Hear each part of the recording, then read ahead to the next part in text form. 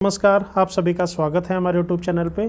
दोस्तों, यहाँ पर हमने 10 मैथमेटिक्स के क्वेश्चन लिए हैं जो केवल ट्रिक बेस पे हैं। ठीक है, मैंने केवल ट्रिक से ही इनको सॉल्व किया है और मैं ट्रिक से ही आपको सॉल्व करना बताऊंगा। ठीक है, इसलिए वीडियो को आप बिल्कुल स्किप मत करिएगा, पूरा देखिएगा। और हम इसी तरह के वीडियो, अगर आपको पसंद आया तो इसी तरह के हम वीडियो आपको देते रहेंगे। ठीक है, तो क्वेश्चन कह रहा है कि यहाँ पे इस तरह के क्वेश्चन भी एग्जाम में काफ़ी पूछे जाते हैं कि 2 की पावर 20 प्लस 2 की पावर 20 प्लस 2 की पावर 20 प्लस 2 की पावर 20। ठीक है, इनका आपको सम निकालना है, यानी इसको आपको ऐड करना है।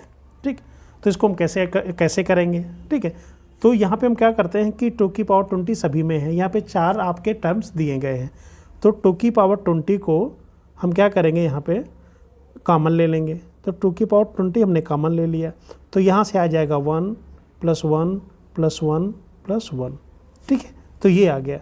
तो 2 की पावर 20 और यहाँ पे अगर हम सबको ऐड करेंगे तो 1 2 3 4 आ जाएगा, 4 आ जाएगा यहाँ पे। ठीक है, फिर अगर हम आगे बढ़ें तो 2 की पावर 20 इंटू यहाँ पे क्या दिया है 4 को हम 2 की पावर 2 लिख सकते हैं, है ना। तो ये हो गया। जब भी हम मल्टीप्लाई करते हैं, अगर a की पावर x है और यहाँ पे a की पावर y है, जब भी हम मल्टीप्लाई करते हैं तो जो पावर होती हैं वो ऐड हो जाती है, यानी a की पावर हो जाएगा x प्लस वाई। ठीक है, तो जब चूँकि बेस बराबर है, बेस यहाँ पे भी 2 दिया है आपको और यहाँ पे भी आपको 2 दिया गया है, तो अगर हम इनकी पावर को ऐड करेंगे तो 2 की पावर आ जाएगा 20 प्लस 2 करेंगे तो आ जाएगा 2 की पावर 22 और यही हमारा आंसर आ जाएगा। ठीक है, अगले क्वेश्चन पे आते हैं।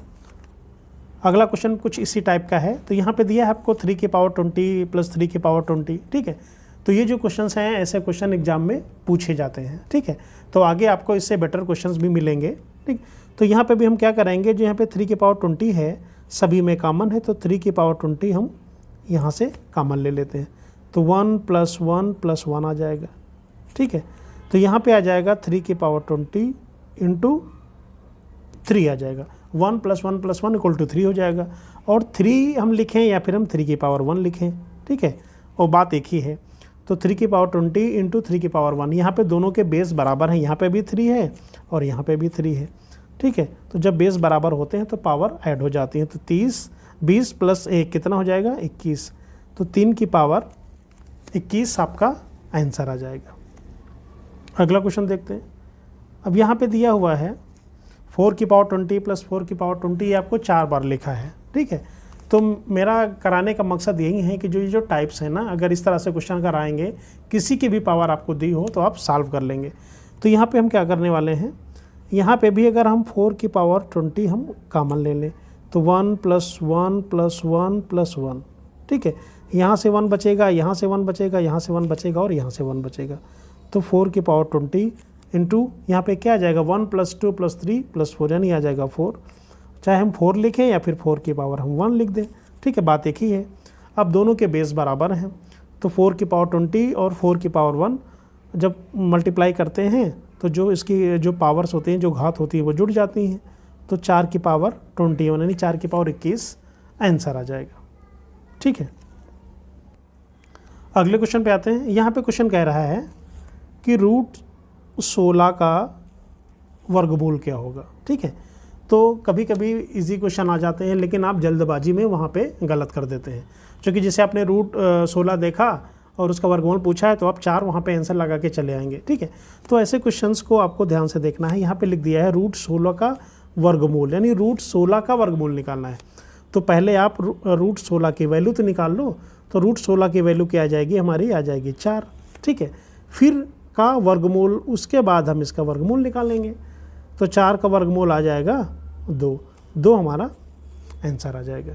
ठीक है, आगे बढ़ते हैं। अब यहाँ पे दिया है कि 64 का वर्गमूल क्या होगा। ठीक, सेम क्वेश्चन है। ठीक, और ऐसा नहीं, ये क्वेश्चन एग्जाम में पूछे गए हैं।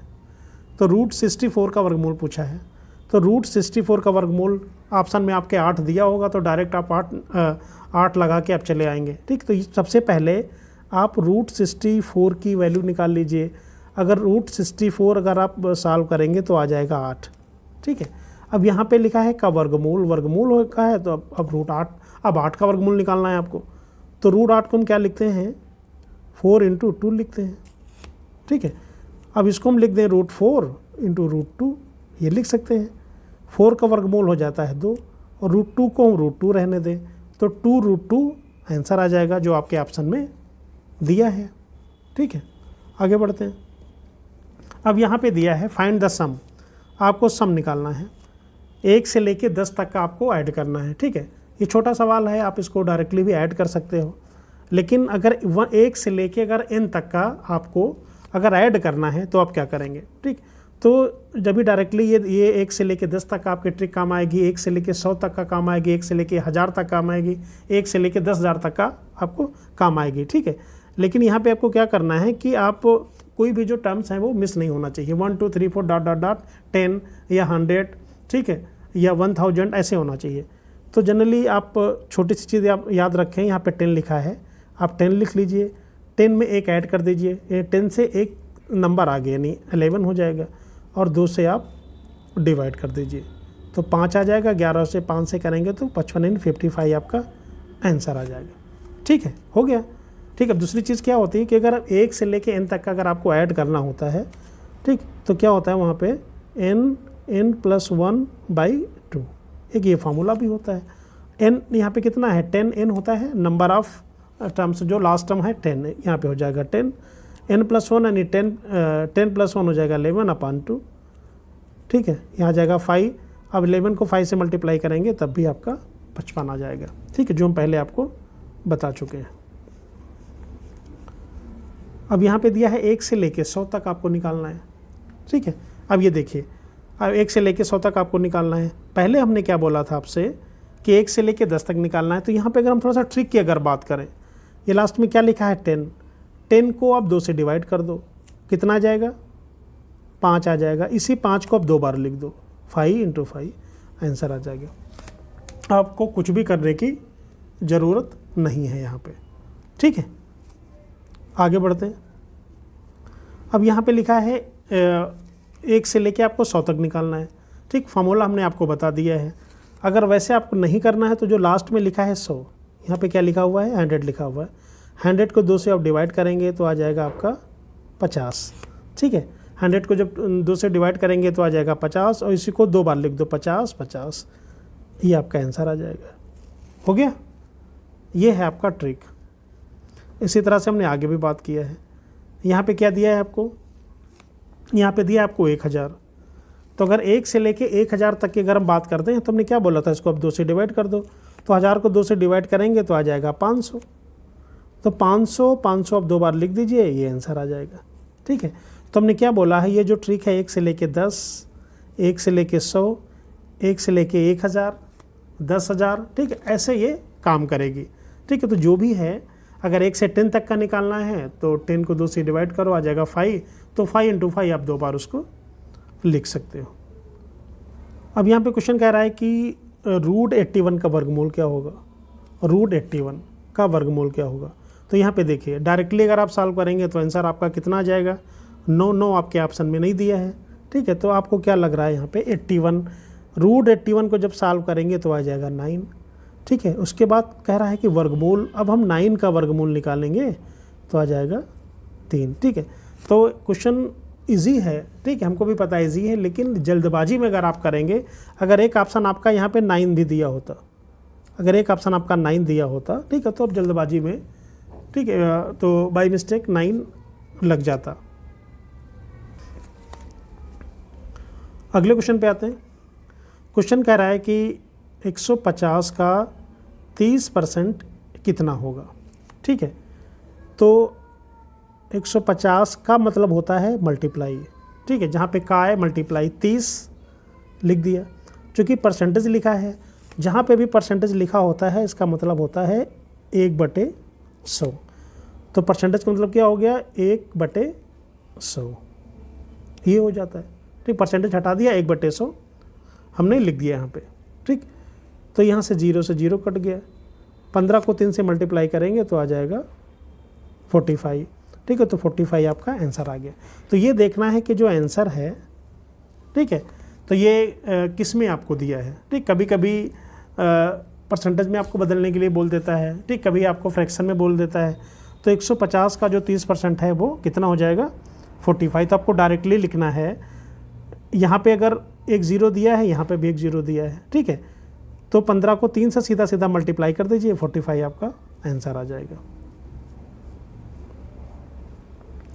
अब यहाँ पे दिया है 250 का 30%, ठीक है। अब देखिए हमने पहले क्या बताया था कि अगर दो जीरो दिए हैं, 250 का 30%, तो एक जीरो ये कट गया, एक जीरो ये कट गया, 25 को 3 से मल्टीप्लाई करेंगे तो 75 आ जाएगा, ठीक है। अगर हम यहाँ पे हम डायरेक्टली वैसे करना चाहें 250 30% का मतलब होता है 100, तो 25 दिए 75 आंसर आ जाएगा। अब क्वेश्चन कह रहा है कि 180 का 20%, ठीक है, 180 का 20%, तो यहाँ पे भी क्या है आपका एक ज़ीरो यहाँ पे भी है, एक ज़ीरो यहाँ पे भी है, ठीक, दो जीरो तो हैं, तो 18 2 36 हमारा आंसर आ जाएगा, ठीक। यहाँ हमने क्या लिखा 180 लिखा, 20% लगा है, तो जब परसेंट हटाते हैं तो 1/100 लिख लेते हैं, इसको हमने काट दिया, 18 को 2 से मल्टीप्लाई किया तो 36 आंसर आ गया, ठीक है। आगे बढ़ते हैं। अब यहाँ पे क्या दिया हुआ है कि 1200 का 12% आपको निकालना है, ठीक है। तो जब परसेंटेज हटाते हैं तो नीचे दो जीरो लाते हैं, तो सभी को पता है, तो दो जीरो अब एक कट ही जाएंगे, तो 12 को 12 से करेंगे तो 144 आंसर आ जाएगा। या फिर अगर आपको करना है तो 1200 × 12 परसेंटेज हटाएंगे तो 1/100 आ जाएगा, जीरो से जीरो कट जाएगा, 12 को 12 से मल्टीप्लाई करेंगे तो 144 आंसर आ जाएगा। अगला क्वेश्चन दिया है कि √16 का वर्गमूल क्या होगा, ठीक, √16 का वर्गमूल क्या होगा, ठीक। एग्जाम में मिलता है जल्दबाजी में आंसर हम 4 मार के चले आते हैं, ठीक है, लेकिन यहाँ पे पूछा है √16 का वर्गमूल, ठीक। क्वेश्चन को ध्यान से पढ़ना है, अगर आपको इजी क्वेश्चन मिलता है तो उसको आपको बिल्कुल ध्यान से पढ़ना है, ठीक। अगर इजी दिया है तो इसका मतलब है वो गलत करवाना चाहता है, ठीक। तो यहाँ पे सबसे पहले क्या करेंगे, √16 की वैल्यू निकाल लेंगे, तो √16 की वैल्यू आ जाएगी 4 आ जाएगी ना।